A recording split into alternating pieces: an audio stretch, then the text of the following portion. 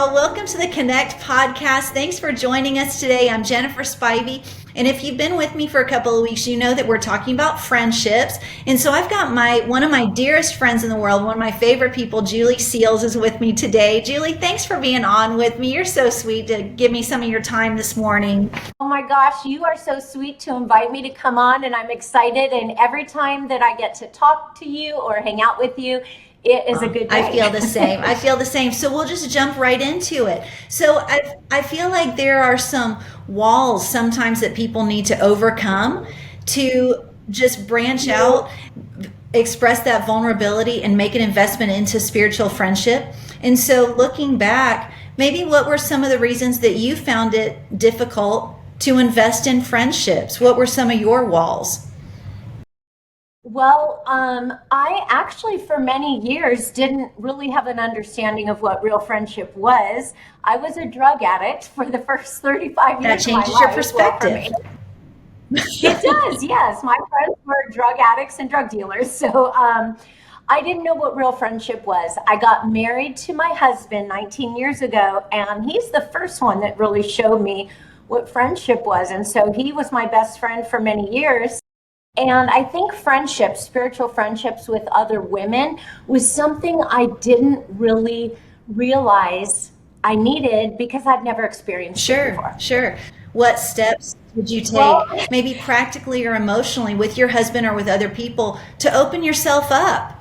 So I had a realization that my husband couldn't be my best friend all the time. Like men think differently than women. And so there were times I was like dumping all my emotions on him and stuff. And he's like, you need girlfriends. You need to get And I thought, yes, I do. And so for the last 15 years, we've lived in Florida, and I have been really blessed to be part of a women's ministry and that was the beginning of developing friendships. And then in the most recent 3 years, I have really gotten some very deep, meaningful friendships that have kept me going. So you had just a complete life change. So when you went from drug addict to being involved in women's ministry, you were introduced to a whole different type of woman. Yeah. Not to say that you still have to use discernment from the Holy Spirit, obviously, and you still have to invest in the friendships that the Lord wants you to invest in. He's our best friend.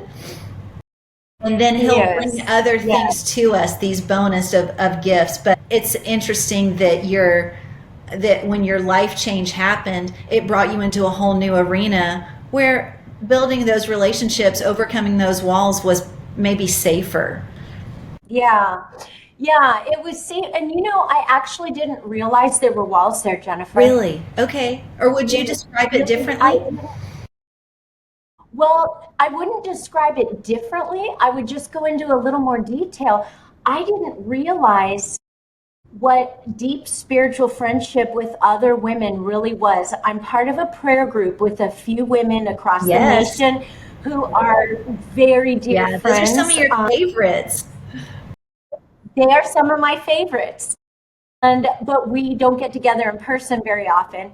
And I really didn't realize until this woman called me a few years ago, and she said, hey, I'm going to come to your house and I'm going to spend the night and let's have a girls' day. And I was like, what? And I told my husband, and I never have friends spend the night. And he's like, what? But what happened is Jennifer Spivey came to my house with Pam here, spent the night. We floated down the Itchy Tuckney River, made memories. I laughed like as a young girl, I got involved in drugs early. And the past 3 years of friendship with you have taught me how to laugh and almost be a little girl again. Wow. I think, I've talked about that.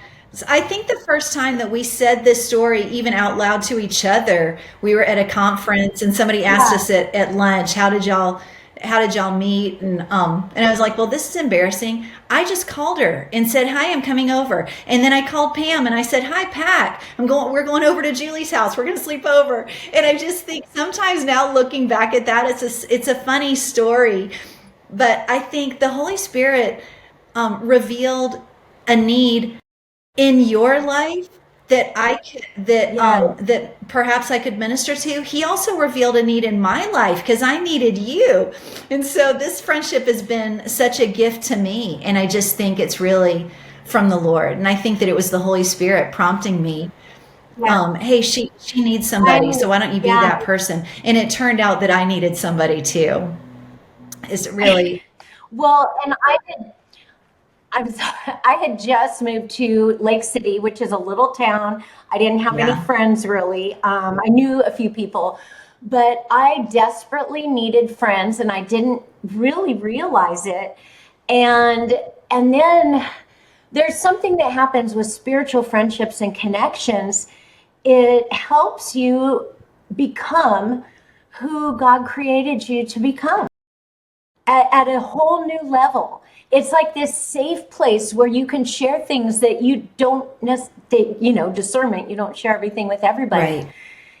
right. And then it's this safe, non-judgmental place where you can share and you realize, oh, I'm not abnormal for these thoughts or these experiences, Right, 100%. And that's been such a gift. I think a lot about, and I've mentioned it a lot over the past couple of weeks at Ecclesiastes 4, 9 through 12. But there's so many benefits to a godly friendship.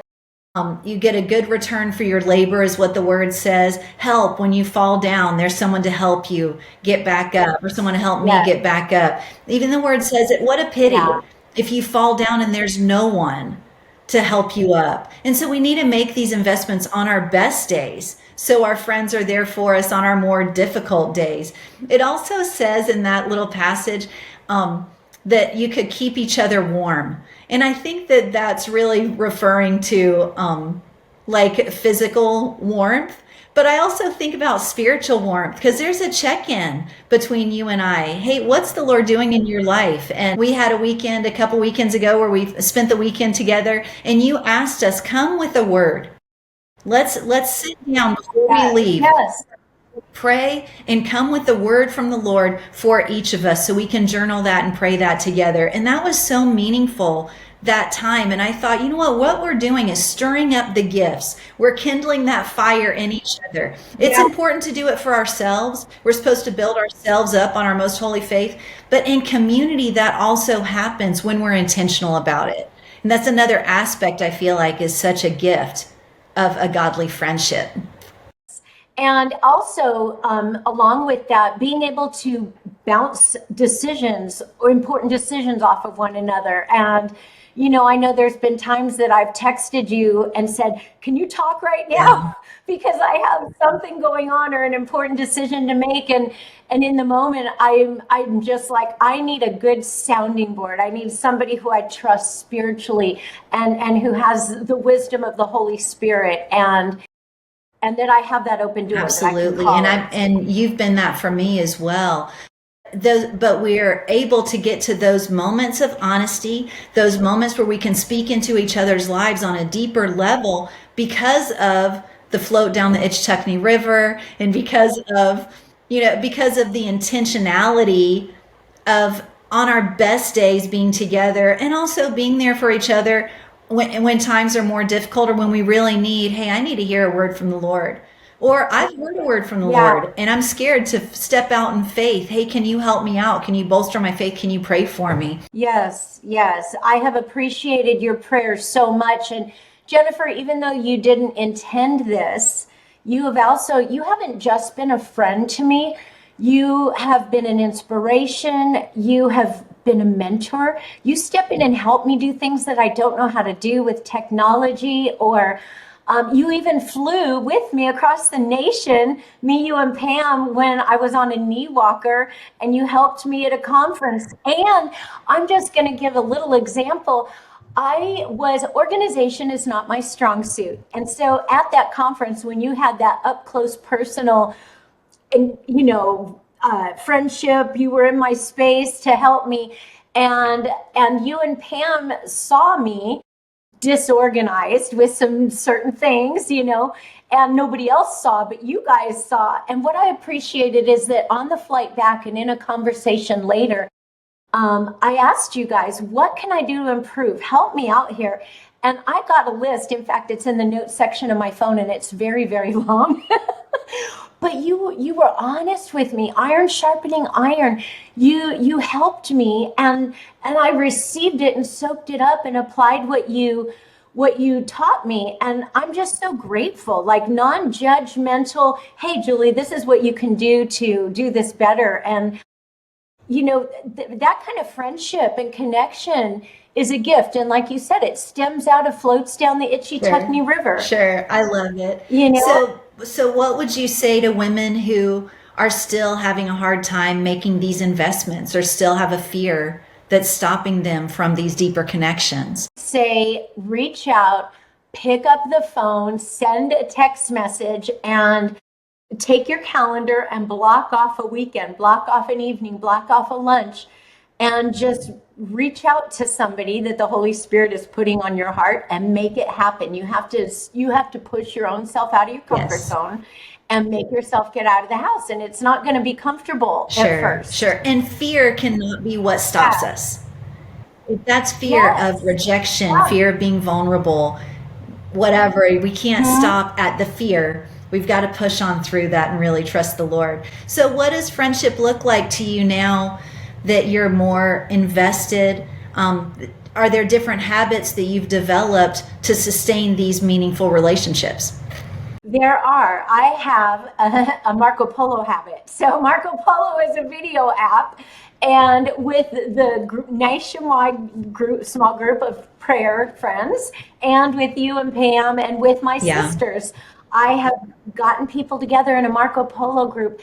And even though we may live 3 hours away or 12 hours away or across the nation, we connect. I make it an intentional habit to reach out and connect. And the video polo chats are great because you can see face, you can hear voice, and it's such a beautiful way. I think so too. And I was not happy when you first said, "Hey, we need to go to Marco Polo." It's like, I don't want to have a video of myself all the time. Are you kidding me? And then the first couple of times I'm like, this is really weird. So I don't have any makeup on right now, but I guess I'm going to go ahead because Julie's making me or whatever. Now I love it. And now my phone goes off. I'm like, oh yay, I got something, And I even find that I want to be on FaceTime more than just a phone call or a text. Like I love seeing the face and hearing the voice. And so we do have to find those intentional ways to stay connected despite distance, and what a gift technology is in that way. Julie, your friendship is such a gift to me, such a meaningful relationship in my life. I'm so blessed by you.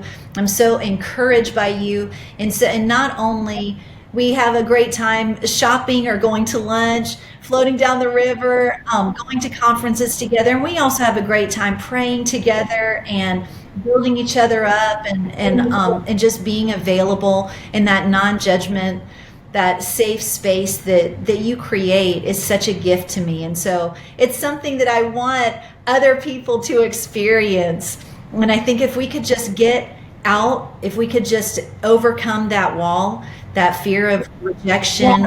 Thank you so much for being on with me today. Is there anything else you wanted to throw in before we close it out?